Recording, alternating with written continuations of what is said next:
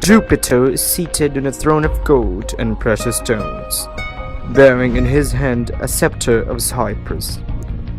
At his feet is the eagle, whose metallic plumage gleams multicolored. Thunderbolts, his terrible arms, lie on the floor.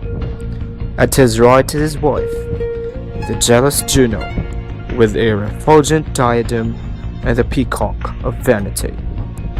At his left is the wise Pallas Minerva, his daughter in visor, adorned with her helmet and awesome shield, crowned with green olive and gracefully bearing her heavy lance.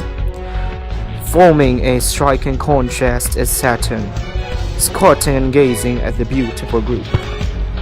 In gracious disarray reclines the lovely Venus on a bed of roses, crowned with fragrant myrtle, caressing Cupid.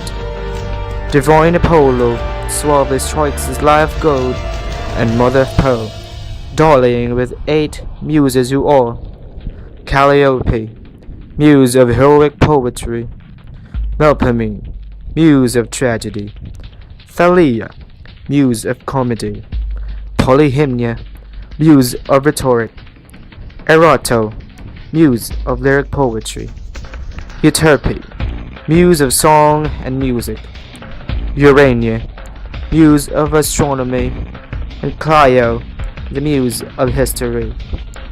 Completing that select circle are Mars, Bellona, Alcides, and Momus.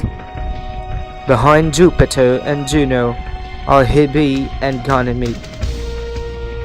On the right side of Jupiter sits Justice, on a throne, her attributes in her hands. Enter the 9th muse, Terpsichore, the muse of dance, followed by nymphs, naiads, and undines, who, scattering flowers, dance to the lyres of Apollo and Erato, and the flute of Euterpe. After the dance, they group themselves on either side of the stage.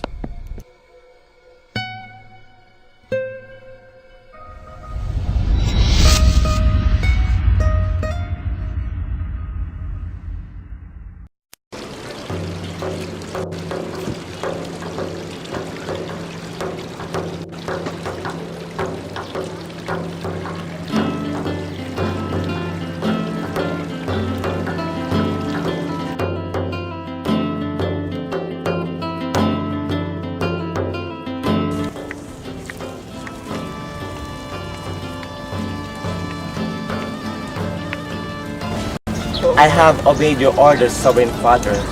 Neptune and his court cannot come. We fear to lose commands of the seas because of the boldness of men. Vulcan is still at work on the thunderbolt you ordered him to make, with which to arm Olympus, and is finishing them now. As for Pluto, Enough! I don't need them either. Hebe, Ganymede, serve the nectar so the immortal may drink.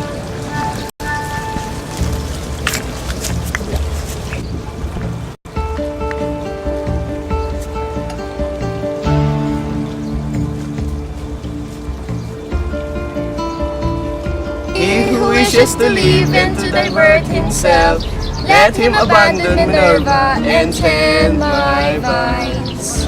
Silence! Don't you see that mighty Jupiter would speak? so what? Is the conqueror of the Titans annoyed? The gods are drinking nectar. So, anyone can express merriment as he pleases. But I see, my disciples has offended you, and you use this as a pretext. Defend them, Silenus, so they would say that your followers are an impudent lot.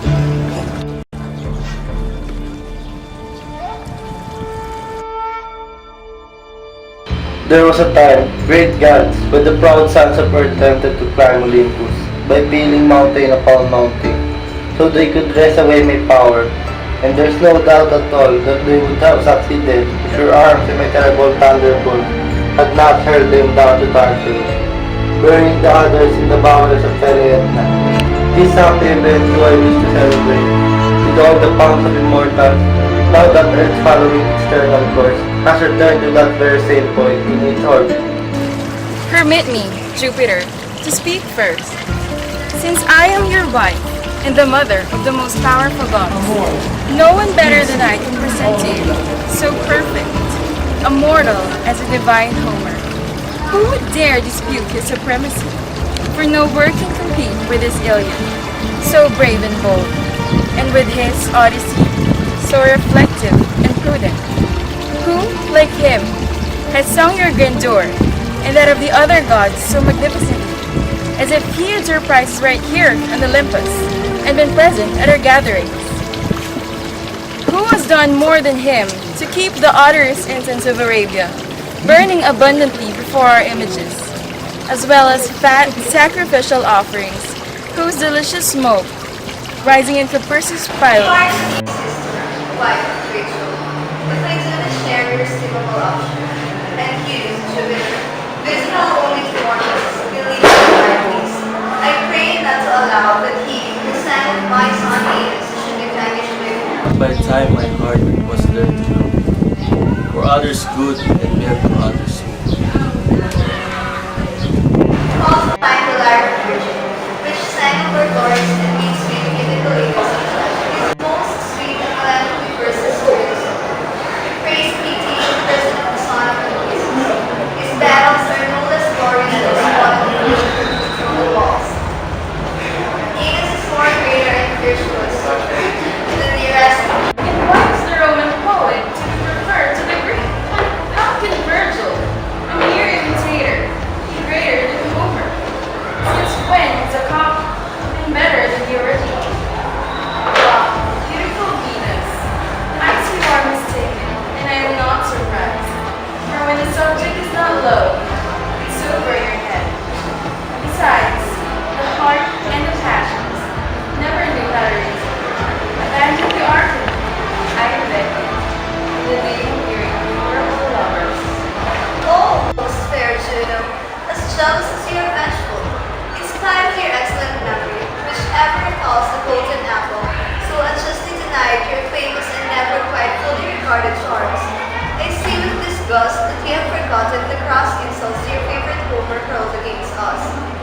You have now finding reasonable and truthful, that's good, and I will just take you for it, but as for me, let the gods of Olympus say, Let them say that you praise Virgil because this said he behaved well with you, and that Juno defends Homer because he is the poet of vengeance, and that both of you are really merely trading caresses and compliments. Husband, why do you allow this deformed and ugly monster to insult us? Kick him out of Olympus, for his breath stinks. Besides, Glory to Juno who never insults, for she merely called me ugly and deformed. shut up, god of mockery! Yes, another one like you, last week's meddlers, who are always found where they should not be. Mighty son of Saturn, who shakes Olympus, mighty son of Saturn, who shakes Olympus with your terrible frown. And you, prudent and venerated gods who direct and govern mankind, please do not take this ever submitted to the will of thunder. If perchance my arguments lack weight in your eyes, deign to refute them and to weigh them on the scales of justice.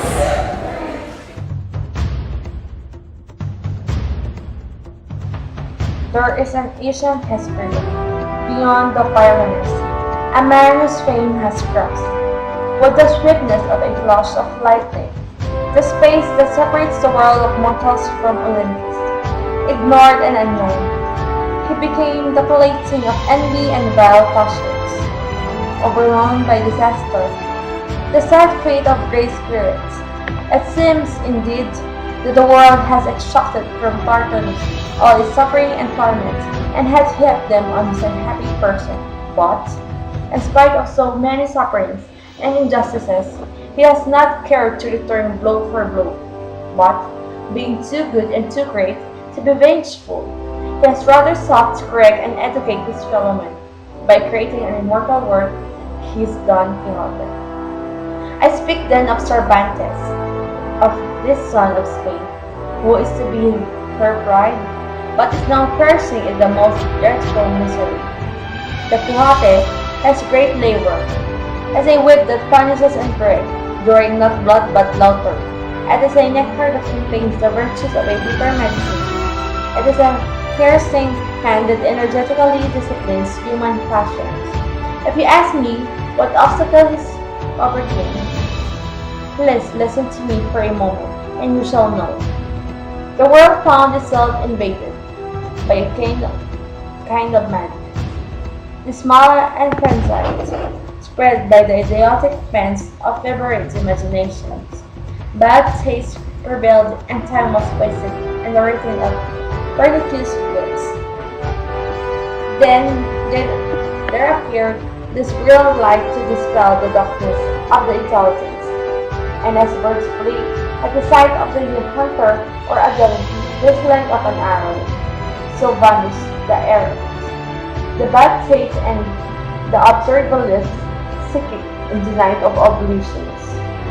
And while it is true that the singer of Ilium, in his sonorous verses, was the first to open the temple of the Muses and to celebrate the heroism of mortals and the wisdom of the immortals. While it is true that the swan of the Mantua exalted the piety of him who rescued the gods from the conflagration of his native land, and who renounced the delight of Venus to obey your will, Jupiter, great of all the gods, and that the most delicate sentiments sprang from his lyre, his melancholy music transporting the mind to other realities. It is also no less certain that neither Homer nor Virgil reformed the manners of their age, as did Cervantes. At his appearance, truth once more occupied her throne, announcing a new era to the world. Then corrupted. If you ask me about these beauties, for I know them well, I bet you all as a following. Supreme judge of the master, and the author of chaotic has burned incense of his immortal altars. At this appearance, truth once more occupied her throne, announcing a new era to the world, then corrupted.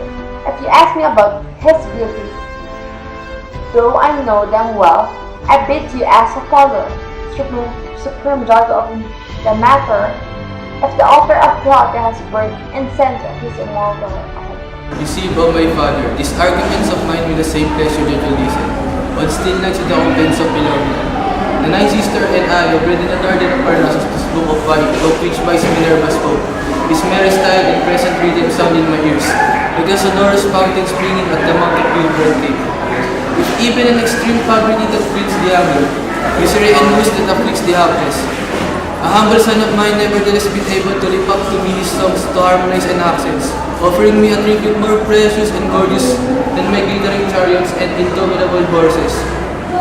In a stinking dungeon, offering me a tribute more gorgeous and precious than my glittering chariot and indomitable horses. If in a stinking dungeon, an half-prison soul that fears to fly, his well-trained pen has been able to pour forth torrent of dazzling poetry, more sweeter and richer than the water of golden Pactolus. Why? Then we should deny his superiority and not give him a victory of the greatest genius in the universe has ever seen. His Quixote was the favorite book of the Muses, and while it is humor, it consoles the depressed and melancholy and enlightens the ignorant. It is the same time of the history, the most faithful history in Spanish costume. I am therefore the same opinion as the wise Pallas, and may the gods who do not share that opinion forgive me. If the greatest merit of Cervantes consists of having endured so many misfortunes, and since, in other respects, he surpasses no one, if indeed he is not surpassed, then I can also say that Homer, blind and miserable, once substituted in public charity, wandering through the towns and cities with his lyre as only friend, and living in the most complete misery. This, do you remember well, ungrateful Apollo? And Virgil, has he not also been poor? Did he not live for a long time on a single loaf of bread, the gift of Caesar? The melancholy that breathes from his works, does it not tell of how much his sensitive and delicate heart must have suffered against the brilliant rumor of against their fantasy? No doubt, but you mustn't forget that Cervantes was wounded, overpowered, and taken captive in the inhospitable soil of Africa, where he trained to dregs the chalice of bitterness living under the constant threat of death. No, never. When a drop of immortal blood warms my vein, Cervantes shall not be. How can I permit a book to rest in thirst that hurls my door to the ground and make mocks my feast? Jupiter, I helped you one time, so listen to my reason. Jove the judge, the reasons of valiant Mars, as sensible as he is courageous. Letting truth spring from his words. How indeed can we permit this man, whose glory time has respected, to see himself displaced by a one-armed upstart, the scorn of society? And if you father gods and men, down to the force of my arguments, inquire of this benevolent who stains reason with his arms. For hardly Mars, who has forgotten the golden flame, where you were wounded by a mere mortal, if you raised her back by your sword, mine fear no combat with them on your ground. But, so I may not be called reckless, I wish to show you how wrong you are. Cervantes, hold your banners and serve your true on the watches of the Pantheon. What you would have lost his life had destiny not meant him for great Then be grateful. Use generous heart as an example to rank her enemy's passions. Cervantes ridiculed that arrangement because it is no longer proper this time. Besides, those are not the combats that we honor, but battles in the open field to see them. These are my arguments, and if they don't convince you, I accept your challenge.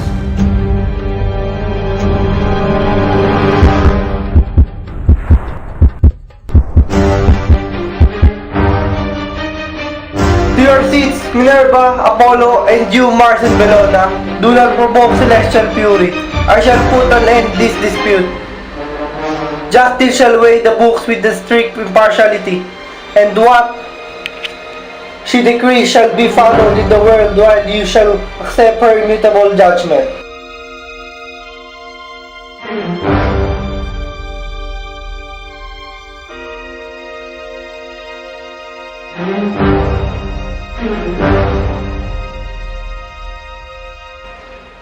Gods and goddesses, justice believes them equal. Bow your heads and let us give the trumpet to Homer, the lyre to Virgil, and the laurel crown to Cervantes. While fame shall publish in the world the verdict of destiny, and Apollo shall intone the hymn to the new star from now on shall shine in the sky of glory and occupy a seat in the temple of immortality.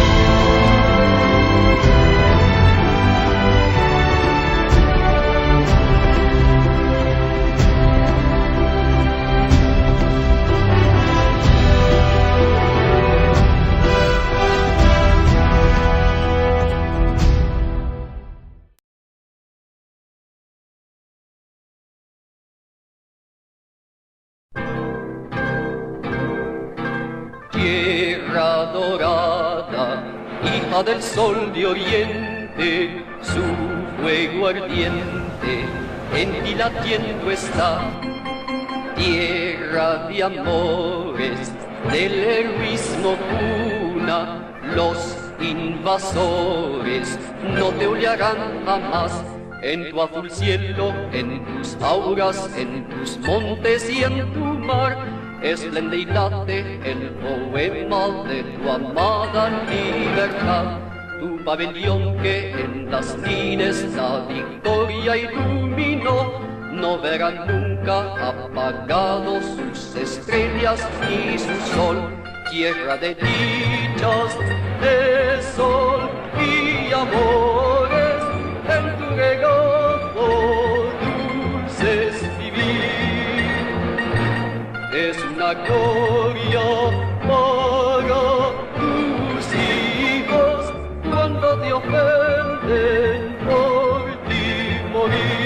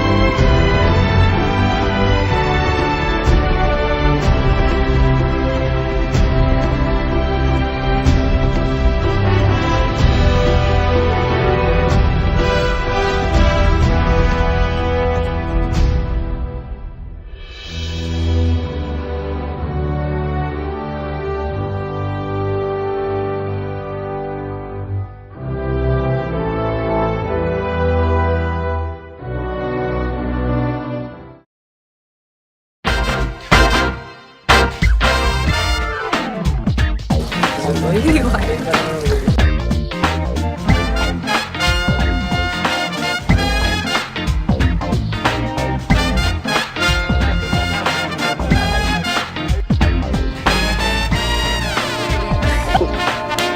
what? Is the conqueror of the Titans annoyed? The gods are drinking nectar. So, anyone can express merriment as he pleases. But I see, my disciples...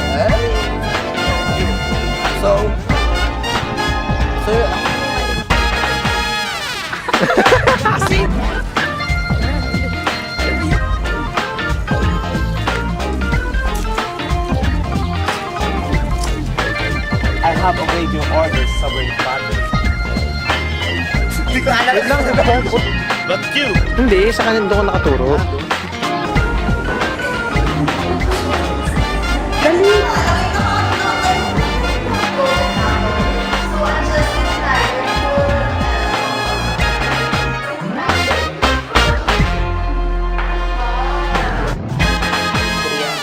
Uy, wag naman ngayon. Cheche!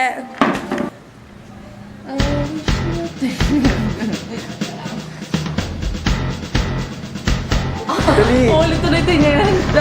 Ikaw.